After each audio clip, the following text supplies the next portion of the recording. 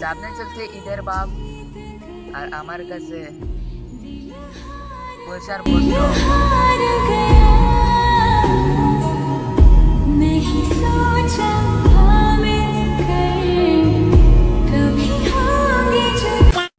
মেয়েটা আজও গাছে শুয়ে কাঁদে, কারণ তার বয়ফ্রেন্ডটাকে ছাগল বলে ডাকতো।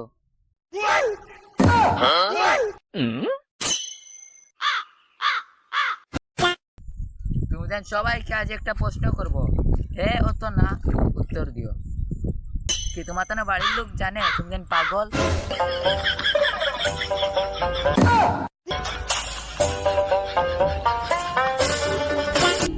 অনেক ভেবে চিন্তে দেখলাম মোবাইলটাও আমার আসল সঙ্গী, কারণ সময় যে বাঁচতে।